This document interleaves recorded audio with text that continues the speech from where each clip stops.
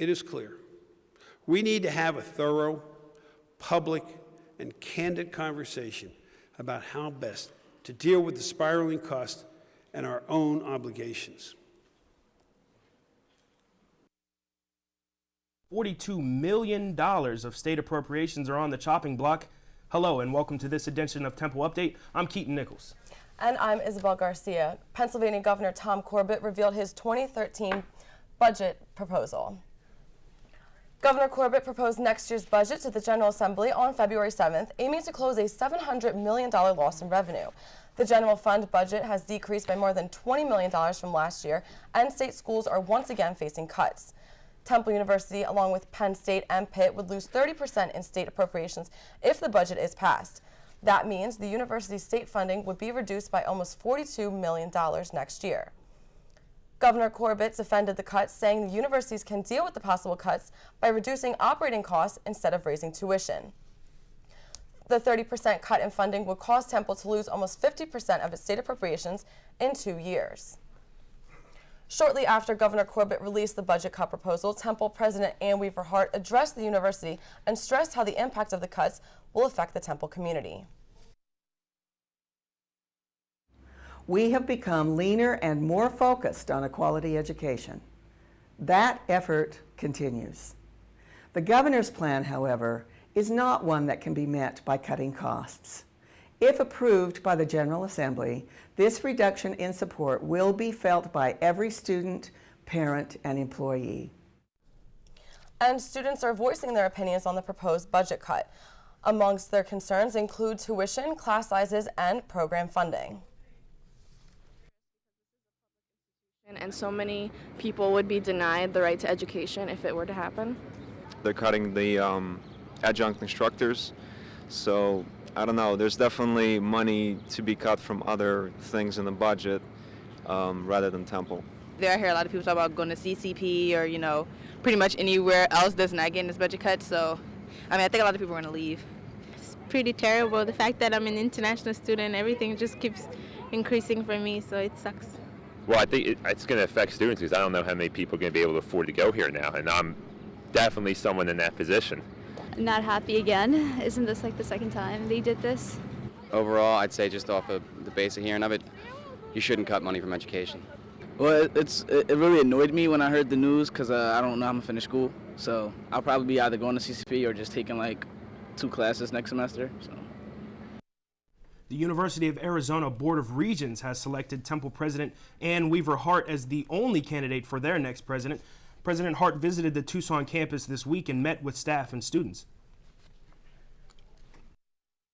This is a lifetime culmination of a career for me, and I hope that we have a chance to just begin the dialogue that will continue on for the betterment of this great university in the years to come. Hart announced her resignation from Temple in early September so she could spend more time with her sick mother in Utah. Temple Update will continue to cover Ann Weaver Hart's move to Arizona, as well as the search for her successor. Temple Student Government President Colin Sultry will have a say in deciding the university's next president. He told us what he would like to see in Hart's replacement. Somebody who really understands what Temple's all about. So, the whole access to excellence type thing, and our deep commitment to the community, as well as, just a great excellence in teaching. Students are reacting to the death of 25-year-old Toby Lim Sonstroem, who died February 2nd from a self-inflicted gunshot wound on Leacourse Walk. A memorial will be held Thursday evening from 6 to 8. Students Together Ending Pain and Suicide, the group who is organizing the event, is asking those attending to first meet at the Student Center atrium. As the 2020 plan continues, new buildings are popping up everywhere on campus. Updates Hattie Cheek takes a look inside Temple's newest building. Out with the old and in with the new. After 40 years of waiting, the architecture department has a place they call home. This building was specifically designed for us as a user. The new building located at 13th and Norris is open 24/7, was built to be a flexible space equipped with wood shops, wide open studios, laboratory areas, and a few classrooms. Architecture is very unique among those buildings because of the collaboration that takes place, culture that's there working all night long to finish your drawings. It's very time-consuming work. So that definitely influenced the look of this building. Just a lot more room for bigger ideas. From the lights to the glass windows to the rooftop gardens, this place was meant to go green. The building is planned efficiently so that there is no wasted square footage. It's a lot more advanced and high tech. Taking up nearly 50,000 square feet, this place nearly doubles the space for the architecture department and makes room for a number of new programs. We have added a graduate program, and we've added a program in facilities management, and also a program in architectural preservation. And who knew a lot more space and a little more noise could draw the blueprints for new friendships. You know, loudness generates creativity and excitement. We're becoming more of a family, I guess. It's nice to see that they're interacting with one another. The fact that they're sitting out there in those nice butterfly chairs shows that they're happy. After all, this place was built by architects for architects. Reporting for Temple Update, I'm Hattie Cheek. On January 26th, the Al Dia Foundation, along with Temple University, announced the search for the 5th annual Felix Varela Awards in Excellence in American Journalism. The award recognizes writers who focus on Latino and multicultural issues in America. It's really important to recognize quality journalism in all its forms, and this is an area that has not been recognized in the past regularly, and I think that's important for us to be involved in it. Each winner will receive a $10,000 scholarship. For more information, you can check out our Facebook page at facebook.com/TempleUpdate. Coming up on Temple Update, we will talk to Hattie Cheek, who has information on a program that's being reestablished at Temple University Hospital. And a local Pennsylvania university now has more than just candy and drinks in their vending machines. Temple Update, we'll be right back.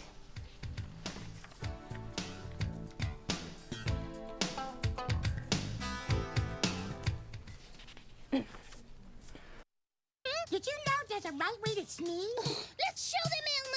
Yeah, got it! When you feel like your nose needs to give it at you, this is how you act, this is what you do.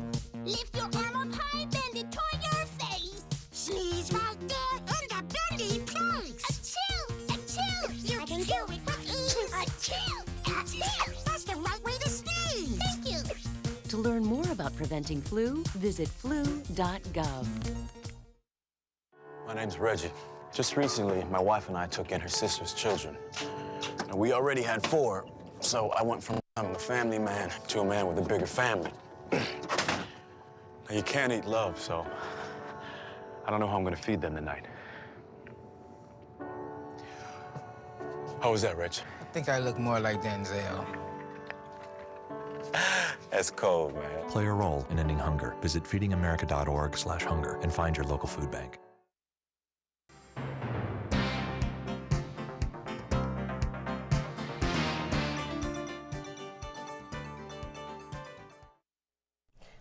And now with this week's health report is Hattie Cheek. Hattie has some information on the return of Temple's transplant program. Yes, we have some great news that could be life-saving.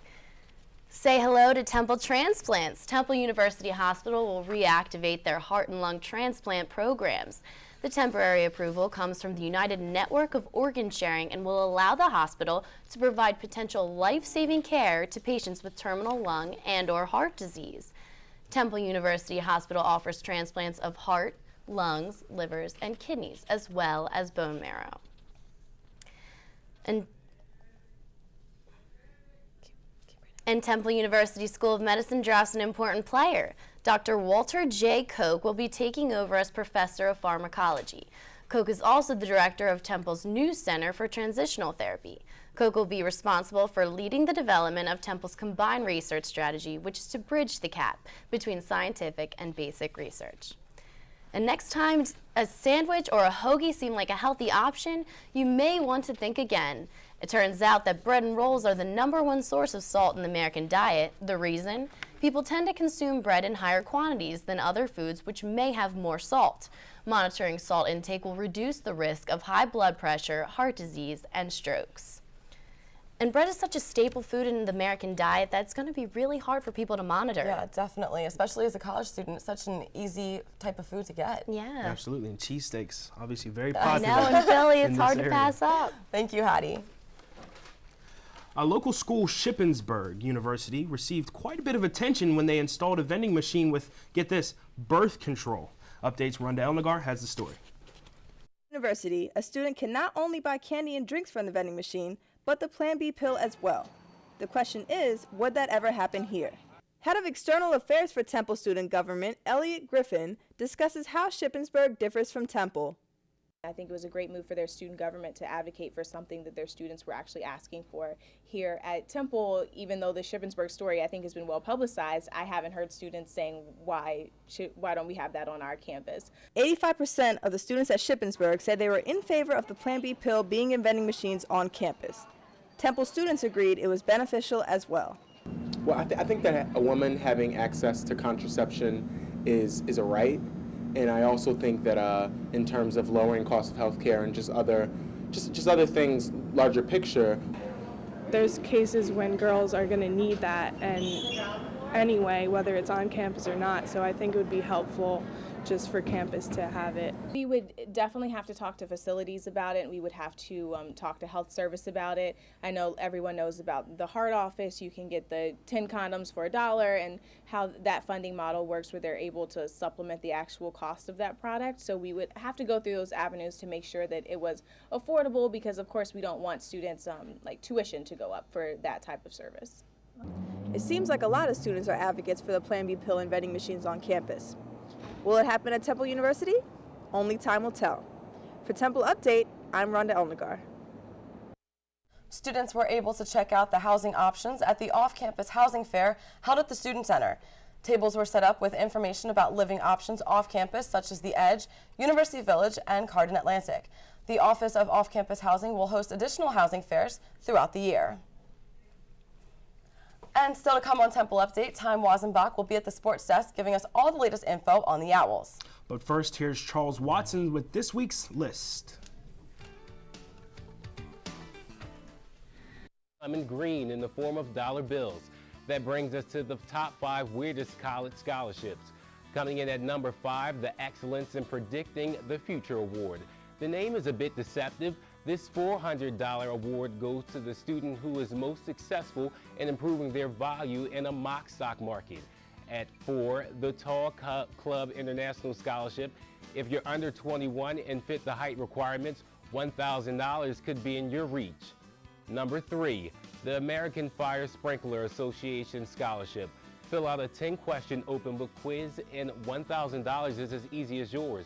Number 2, the Michigan Llama Association. To be in the running for this $500 award, you have to be a member of the association or the child of a member with at least a 2.7 GPA and good citizenship qualities. Coming in at number 1, the Candy Technologist Scholarship. So you have some serious skills in producing sweets, and the American Association of Candy could fatten your pockets with $5,000. Maybe the phrase "there's an app for that" should be "there's a scholarship for that." This has been The List. I'm Charles Watson. Temple Update will be right back. Hey guys, I'm Jordan Sparks. I'm Chase Crawford. Hey, what's up? It's Usher. Hi, I'm Rachel Bilson. I'm Hayden Christensen. I'm Peyton Manning. Hey, we're Fall Out Boy. I'm Dude Archuleta. I'm Corbin Blue. I'm Kristen Bell. And we're the Jonas Brothers. Do something good for your community. Reuse bags and bottles and always recycle. Help us collect 1 million pounds of food. Help people prepare for natural disaster. Do something about homelessness. Anyone could be a rock star in their community. So then do something. Do something. Do something. Do something. Visit dosomething.org to find out how.